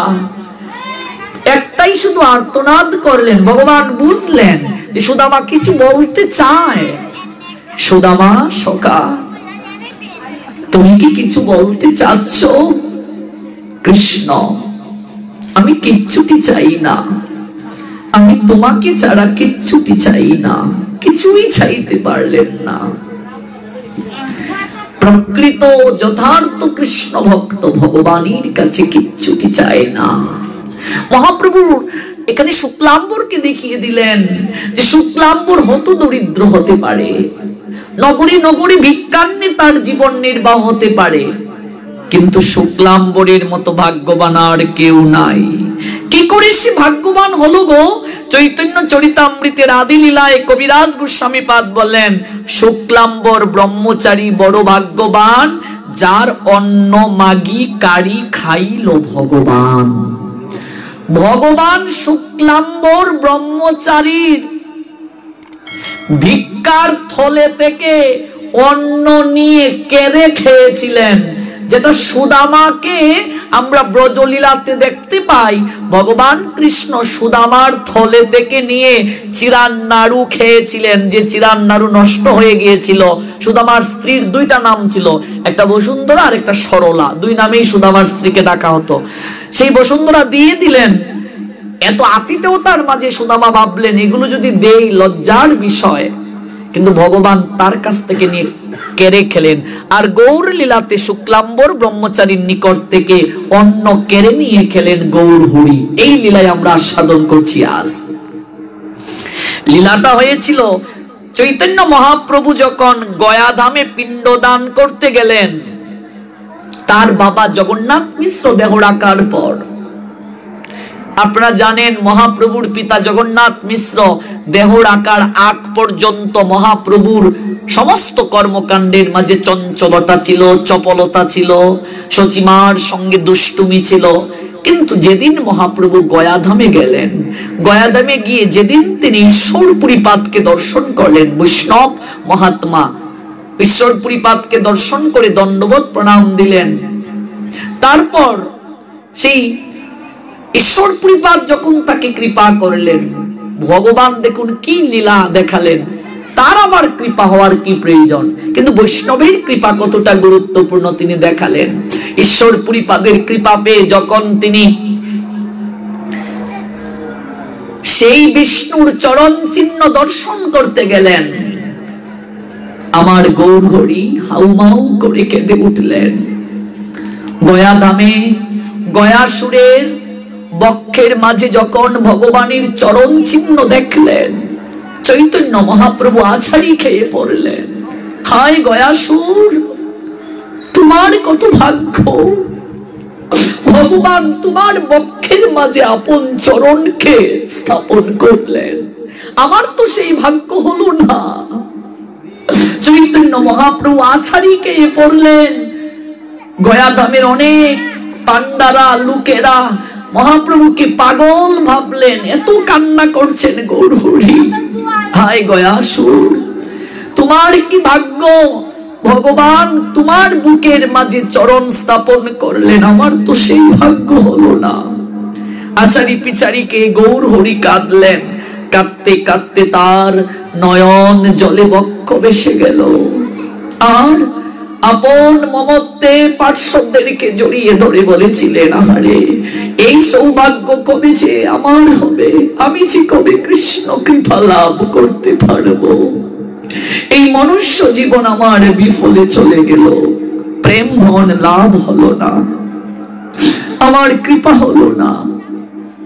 আচার্যকে পড়লেন, ঈশ্বর পুরীপাদের চরণ জড়িয়ে ধরে গৌরহরি কাঁদলেন, ওহে বৈষ্ণব ঠাকুর, সংসার সমুদ্র হইতে উদ্ধার হুমুহে এই আমি দেহ সমর্পিলাম তোমারে। ঈশ্বর পুরীপাদকে দর্শন করে গৌরহরি চরণে দুটি জড়িয়ে ধরে বলছেন, হে মহাত্মন, হে বৈষ্ণব ঠাকুর, এই সংসার সমুদ্রে আমি ডুবে গেছি।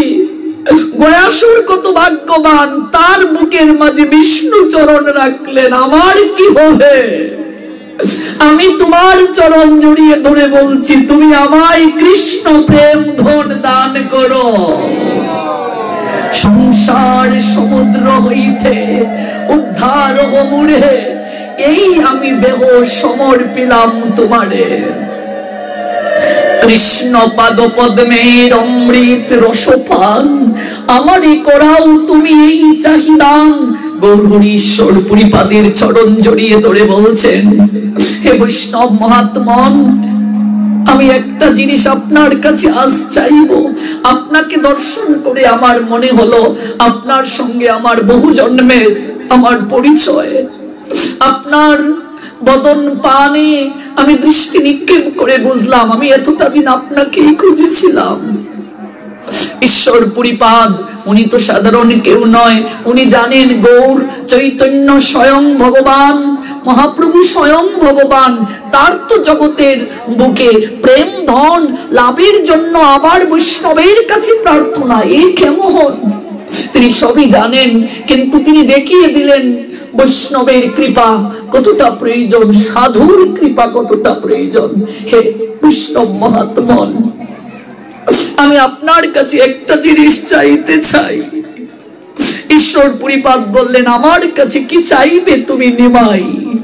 হে বৈষ্ণব ঠাকুর, আপনাকে যখন আমি দর্শন করলাম তখনই আমার হৃদয়ের মাঝে অনুভূত হলো আপনি কেবল আমার মনের চঞ্চলতাকে দূর করতে পারেন, আপনি কেবল আমার এই সংসারের বিষয় বাসনাকে গুছিয়ে দিতে পারেন। আমি আপনার কাছে একটা জিনিস ভিক্ষা চাইছি। কি ভিক্ষা? আমায় প্রেম ধন ভিক্ষা দান করুন, আমায় কৃষ্ণ প্রেম ধন ভিক্ষা দান করুন। সংসার সমুদ্র হইতে উদ্ধার হমুরে এই আমি দেহ সমর্পিলাম তোমারে। আমি কিছু জানি না, আমি কিছু বুঝি না, এই অযোগ্য দেহটা আমি আপনার চরণে সঁপে দিলাম। আপনি আমাকে যোগ্য করে গড়ে তুলুন, আপনি আমাকে কৃষ্ণ প্রেম ধনে আপনি আমাকে ধনী করে তুলুন। কি যে গৌরহরির বিলাপ, গয়াধাম দর্শন করে এগুলো যদি আপনারা আস্বাদন করেন, গয়াসুরকে দর্শন করে মহাপ্রভুর বিলাপ, আমরা আজকে এই প্রসঙ্গটা আলোচনা করছি না, আরেকদিন আসলে এটা শুনবো। মহাপ্রভু গয়াসুরের বুকের মাঝে সেই চরণ চিহ্ন দর্শন করে কি বিলাপ করেছিলেন, এগুলো অপূর্ব লীলা। পরিবেশ ছাড়া এগুলো আলোচনা হয় না। একটা সুস্থ পরিবেশ হলে এগুলো মধুর থেকে মধুরতর আস্বাদন করতে লাগে। মহাপ্রভু গয়াধাম থেকে এবার তিনি নবদ্বীপে ফিরে আসবেন। সচিমা গৌরহরিকে বলেছিলেন, নিমাই, নিমাই রে, আমার বিশ্বরূপ চলে গেল, এবার তুই যাচ্ছিস তীর্থ পরিক্রমাতে। নিমাই, তুই যদি ফিরে না আসিস বাবা, আমি কাকে নিয়ে থাকবো রে? মা, মা আমি ফিরে আসবো।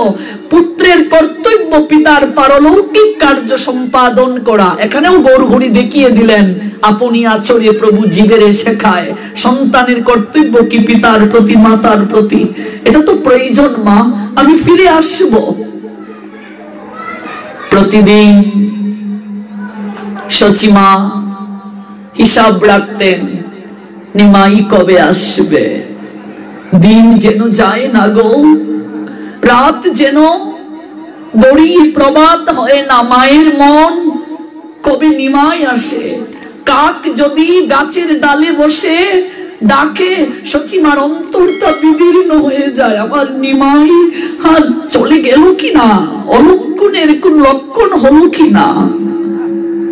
বারবার সচিমা কাঁদেন। তখনও তো প্রিয়াজি আসে নাই, লক্ষ্মী প্রিয়া কেবল ছিল।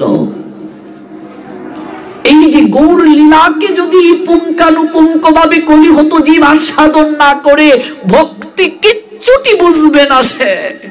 গৌরকে না বুঝলে কিচ্ছুটি ভক্তি বোঝা যাবে না। প্রতিটা কলিহত জীবের কর্তব্য গৌর লীলাকে পুঙ্খানুপুঙ্খ ভাবে আস্বাদন করা। গৌর যে আমাদের জন্য কি সম্পদ, গৌর হরি যে আমাদেরকে কি দিয়ে গেলেন, মা শুধু দিয়েই গেলেন।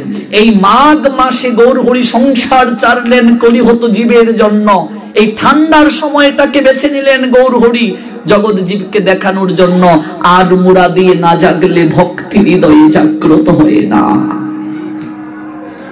মহাপ্রভু মায়ের জন্য আজকে গয়া থেকে তাকে ফিরে যেতে হচ্ছে।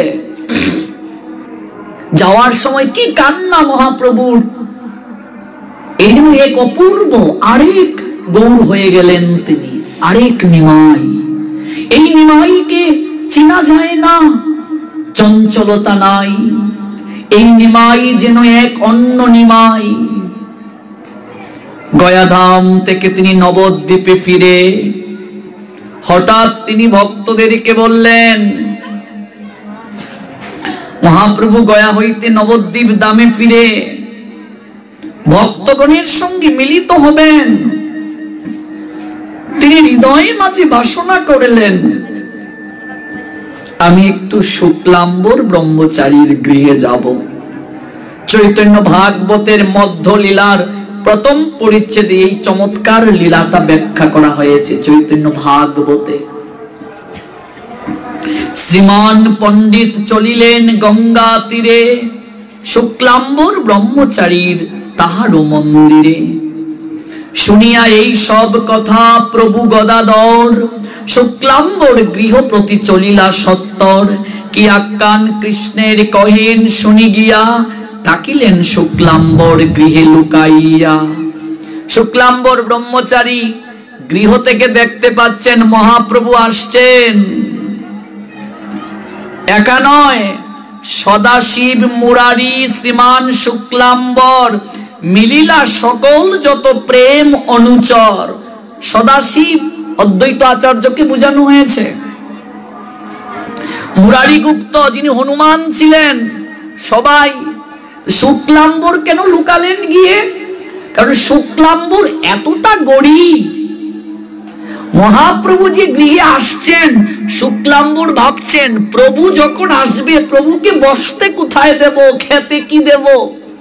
তাই শুক্লাম্বর লজ্জায় লুকালেন ঘরের একটা কোণে গিয়ে, প্রভু যেন শুক্লাম্বরকে দেখতে না পান। দেখো ভেবে মা, নিমন্ত্রণ দিয়ে দুর্যোধন কৃষ্ণকে নিতে পারলো না, যেচে গেলেন বিদুরের গৃহে, কলার বাকল খেলেন। শুক্লাম্বর মহাপ্রভুকে নিমন্ত্রণ দিল না। মহাপ্রভু যেচে গেলেন শুক্লাম্বরের গৃহে। এবার যখন শুক্লাম্বর দেখছেন প্রভু ভেতরে আসছেন, আর লুকিয়ে লাভ নেই, প্রভু আসছেন। প্রভুকে পেয়ে শুক্লাম্বরের নয়ন দুটি জলে ভেসে গেল। প্রভু, এতদিন জানতাম জগতের সবাই তোমাকে কাঙ্গালের ঠাকুর বলে। এতদিন জানতাম, শুনেছি আমি, জগতের সবাই তোমাকে পতিত পাবন হরি বলে ডাকে। তোমার একটি নাম পতিত পাবন গৌর হরি। কিন্তু প্রভু, আজ আমি সাক্ষাৎ উপলব্ধি করলাম এই নাম তোমাকে দেয়া সার্থক হয়েছে। আমার মতো পতিতকে কৃপা করার জন্য তুমি যেছে আমার গৃহে এসেছো। কাজে তোমার মতো পরম দয়াল জগতে আর কে হতে পারে? আমার মতো পতিতকে উদ্ধার করার জন্য তুমি যেচে বিনা নিমন্ত্রণে আমার গৃহে এসেছো। তোমার মতো পরম দয়াল জগতে আর কি হতে পারে? কিন্তু প্রভু, কি দেব তোমায়? হে প্রভু, তোমাকে বসতেই কোথায় দেব? নিজের শরীরের উত্তরীয়টাই মেজের মাঝে, মেজে বলতে তো কিছু নেই, মাটির ঘর মৃত্তিকার মাঝে পাতিয়া দিলেন। গৌর হরি সেই মৃত্তিকায় উপবেশন করলেন। প্রণাম যে গৌর হরির চরণে শুক্লাম্বর দিল, আর উঠছে না। নয়ন জলে যেন গৌর হরির চরণ স্নাত হয়ে গেল। মা, আজ যেন নয়ন জলেই পাদ প্রক্ষালন হলো। এবার মহাপ্রভু দেখলেন শুক্লাম্বর ক্রন্দন করছে তখনও। মাগো, শাস্ত্র বলছেন কোন সাধু, কোন ভক্ত, কোন বৈষ্ণব যদি কারো গৃহে আসে, তাকে কখনো অভুক্ত বিদায় করতে নেই। কিছু না কিছু তাকে সেবা করিয়ে দিতে হয়, নতুবা গৃহের অমঙ্গল হয়। এবার মহাপ্রভু যে শুক্লাম্বরের গৃহে গেলেন, যদি কিছু না খেয়ে আসেন তাহলে শুক্লাম্বরের অমঙ্গল হবে। শুক্লাম্বর মহাপ্রভুকে দেবে কি? তার তো ঘরে কিছু নাই। এবার মহাপ্রভু শুক্লাম্বরকে বললেন, শুক্লাম্বর উঠো। আচ্ছা শুক্লাম্বর, এই যে তোমার ঘরের এক কোণে একটা ঝুলি দেখা যাচ্ছে, এটা একটু আমার কাছে নিয়ে আসো তো। শুক্লাম্বর ভাবছেন এই ঝুলি দিয়ে মহাপ্রভু কি করবেন। ঝুলিটা ধীরে ধীরে প্রভুর কাছে নিয়ে এসেছে শুক্লাম্বর। প্রভু, এই ঝুলি। শুক্লাম্বর, ঝুলির ভেতরে তো কিছু তন্ডুল আছে, তাই না? তন্ডুল মানে চাল। এই যে ভিক্ষা করতে গিয়েছে শুক্লাম্বর, বিভিন্ন গড়ের তন্ডুল, এক একজন এক এক জাতের তন্ডুল দিয়েছে। কয়েকটা তন্ডুল আমার হাতে দাও। ভেবে দেখো মা, স্বয়ং ভগবান যাকে আমরা ভোগ লাগানোর জন্য রন্ধন করে কত কি করি, হ্যাঁ, আরতি কীর্তন করি, নয়ন জলে কাঁদি, কাও হে কাঙ্গালের ঠাকুর, তুমি কাঙ্গাল বলে আসিয়াছ, কত কান্নাকাটি করি। ভগবান সেবা গ্রহণ করেন কিনা সেটাও কিন্তু কেউ গ্যারেন্টি দিয়ে বলতে পারবে না।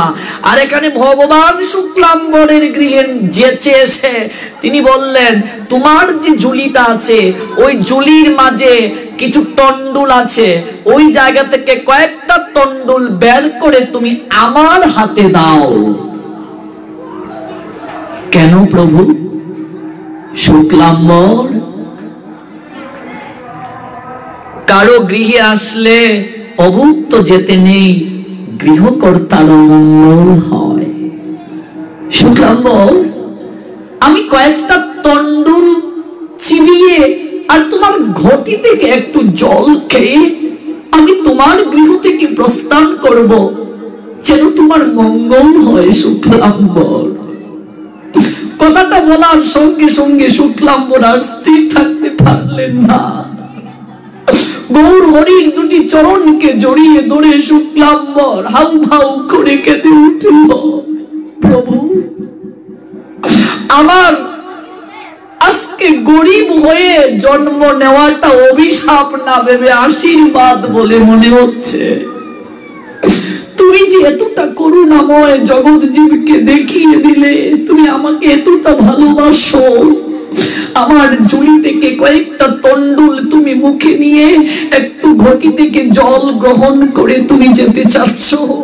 প্রভু, প্রভু বলে, শোনো শুক্লাম্বর ব্রহ্মচারী, তোমার হৃদয়ে আমি সর্বদা বিহরি। না না না না না প্রভু, এটা হতে পারে না।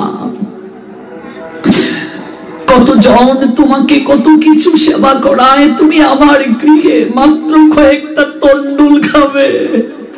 এটা কি করে হয়? না শুক্লাম্বর। প্রভু বলে, শুনো শুক্লাম্বর ব্রহ্মচারী, তোমার হৃদয়ে আমি সর্বদা বিহরি। হে শুক্লাম্বর, এই জগতের বুকে প্রত্যেক জীবের হৃদয়ে আমি থাকলেও প্রত্যেক জীবের হৃদয়ে আমি জাগ্রত না, আমি কেবল তোমার মতো ভক্তের হৃদয়ে জাগ্রত। গোবিন্দ বলেন, মম বৈষ্ণব পরাণ, বৈষ্ণব হৃদয়ে সদা মুই করি বিশ্রাম। প্রতি জন্মে করি আশা তব চরণের ধুলি, নরোত্তম দাস মাগে আপনার বলি। তোমার ভুজনে হয় আমার ভুজন, তুমি ভিক্ষায় চলিলে আমার হয় পর্যটন। প্রেম ভক্তি বিলাইতে মোর অবতার, জন্ম জন্ম তুমি প্রেম সেবক আমার। তোমারে দিলাম আমি প্রেম ভক্তি দান, নিশ্চয়ই জানিও প্রেম ভক্তি মোর প্রাণ। শুক্লাম্বরের বর শুনি বৈষ্ণব মন্ডল, জয় জয় হরিধ্বনি সকরিল সকল। চৈতন্য মহাপ্রভু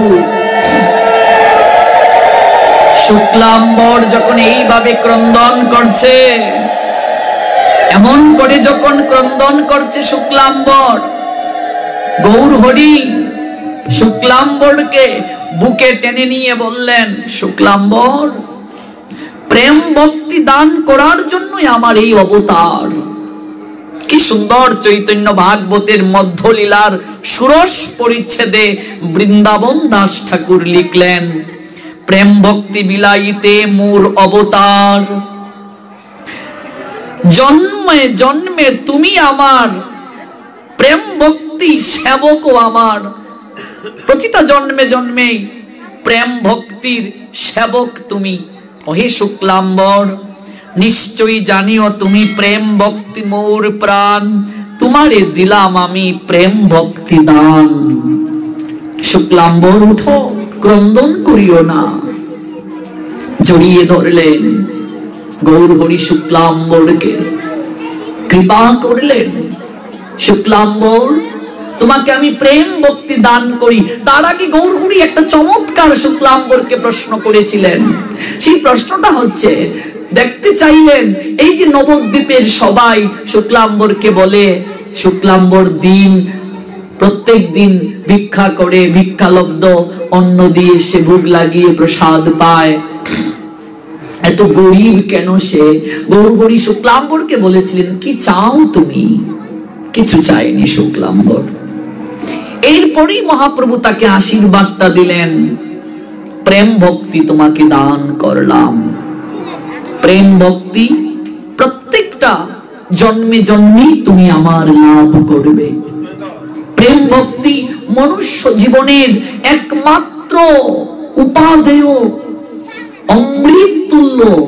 এই অমৃত যদি কেউ পান করে, আর কখনো তার কিছু পান করার প্রয়োজন হয় না। পরীক্ষিত মহারাজকে যখন কৃষ্ণ প্রেম সম্বন্ধীয় জ্ঞান, কৃষ্ণ কথামৃত আস্বাদন করাচ্ছিলেন সুখদেব গোস্বামী পাদ, স্বর্গের দেবতারা তারা অমৃতের ভাণ্ড নিয়ে সেই সুখদেবকে প্রণাম দিয়ে বলেছিলেন, ও হে মুনিবর, আমরা অমৃতের ভাণ্ড নিয়ে এসেছি, আপনি পরীক্ষিতকে খাইয়ে দেন। তার বিনিময়ে আপনি এই কৃষ্ণ প্রেমামৃত, কৃষ্ণ কথামৃত আমাদেরকে পান করিয়ে দিন। সুখদেব বললেন, ওহে দেবগণ, কোন অমৃতের সঙ্গে তোমরা কোন অমৃতের তুলনা করছো? তোমরা কি ভুলে গেছো এই জগতের বুকে তোমরাও অমর না, তোমাদেরও একদিন মৃত্যুবরণ করতে হবে। জগতের বুকে কেবলমাত্র কৃষ্ণ কথামৃত যারা পান করে, কৃষ্ণ প্রেমামৃত যারা পান করে, কৃষ্ণ ধনামৃত যারা পান করে, কৃষ্ণ ধন যারা লাভ করতে পারে, তাদেরকেই কেবল জন্ম মৃত্যুর চক্রাকার থেকে কৃষ্ণ কথাই তাদেরকে রক্ষা করে। এই জন্যই তো বললেন, নাম নামকারী বহুদা নিজ সর্বশক্তি, তত্রর্পিতা নিয়মিত স্মরণেন কালো, এতাদৃশী তব কৃপা ভগবান মময়পি, দুদরিবমিদৃশৈহ জনিন অনুরাগ। ভগবান বললেন, গৌর হরি, আমার সমস্ত শক্তি আমার নামের মাঝে আছে, আমার কথার মাঝে আছে। তাত্রার পিতা নিয়মিত স্মরণে নকালো, তুমি নিয়মিত সেই কথা শ্রবণ করো। নিয়মিত, কালের বিচার নেই, সময়ের কোনো বিচার নেই। গৃহে বা বনেতে থাকো, সদা হরি বলে ডাকো। গৃহে থাকো, বনে থাকো, যে জায়গাতেই থাকো, সদা হরি বলে ডাকো। নরোত্তম মাগে তার সঙ্গ। নরোত্তম প্রেমমূর্তি মহারাজ তিনি বললেন, আমি তার সঙ্গ মাগি। সঙ্গটা কি? যারা এই হরিনাম করে, গৃহে বা বনে, যে কোনো জায়গায়, যে অবস্থাতেই থাকো, যে পরিবেশেই থাকো, কৃষ্ণ নাম হারা হইও না, কৃষ্ণ চিন্তন হারা হইও না, কানেকশনটা বিচ্ছিন্ন করিও না। কানেকশন যদি বিচ্ছিন্ন হয়ে যায়, তুমিও বিস্মৃত হয়ে যাবে। কানেকশন যদি ঠিক থাকে, তুমিও ঠিক থাকবে। এই যে দেখুন, ধর্মের সঙ্গে শুক্লাম্বরের বাস ছিল, ধর্মকে হৃদয় লালন করে সে চলত, যার কারণে স্বয়ং ভগবান শুক্লাম্বরের গৃহে গেলেন।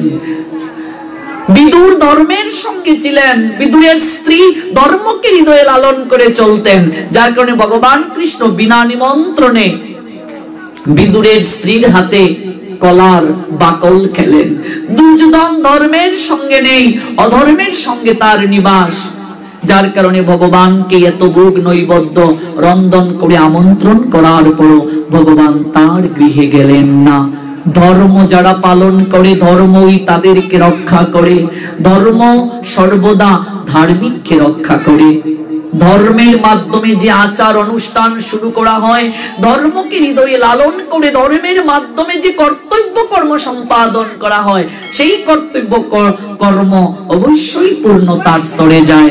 আজকের যিনি আয়োজনকারী ভক্ত পান্না কুমার শীল মহাত্মন, তিনি আপনাদের মতো সাধু ভক্ত বৈষ্ণব, তাদের চরণ ধূলি প্রাপ্তির জন্য এই সাধু ভক্ত বৈষ্ণবের মিলন মেলা ঘটিয়েছেন। এবং উনার হৃদয়ে একটা ইচ্ছে, উনি যেন মানবতার সেবায়, জনগণের সেবায় নিজেকে নিয়োজিত রাখতে পারেন। আপনারা প্রার্থনা করবেন ভগবানের কাছে, উনি যেন মানব সেবায়, জনকল্যাণে, জনসেবায় নিজেকে সর্বদা উৎসর্গীকৃত রাখতে পারেন। ভগবান যেন ওনার কল্যাণ করেন, ওনার শরীর যেন সুস্থ থাকে। আমরা এই প্রার্থনা পার্থ সারথী ভগবান কৃষ্ণের নিকটে রেখে আজকের মতো কৃষ্ণ কথা আলাপন এখানেই বিশ্রাম টানছি। সবার মঙ্গল হোক। জয় গৌর, জয়।